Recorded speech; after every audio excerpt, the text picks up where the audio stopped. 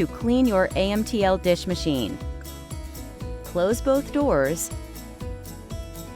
then push and hold the wash button to turn the machine off. The machine will automatically drain. Wait for the machine to finish draining and shut down. Once the machine is off, open the doors to begin cleaning. Remove the rack tracks, scrap basket, strainer pan, and divider plate, and wash and rinse them thoroughly in your sink.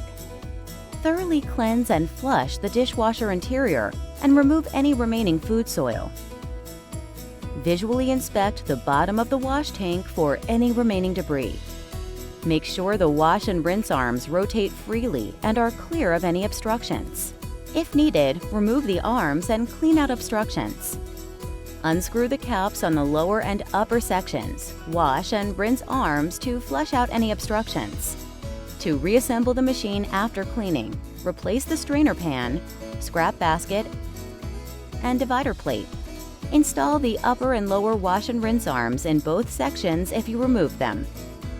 Replace both the rack tracks in the correct orientation, with a high side parallel to the direction of outgoing racks. Wipe down the machine exterior with a clean wet dishcloth.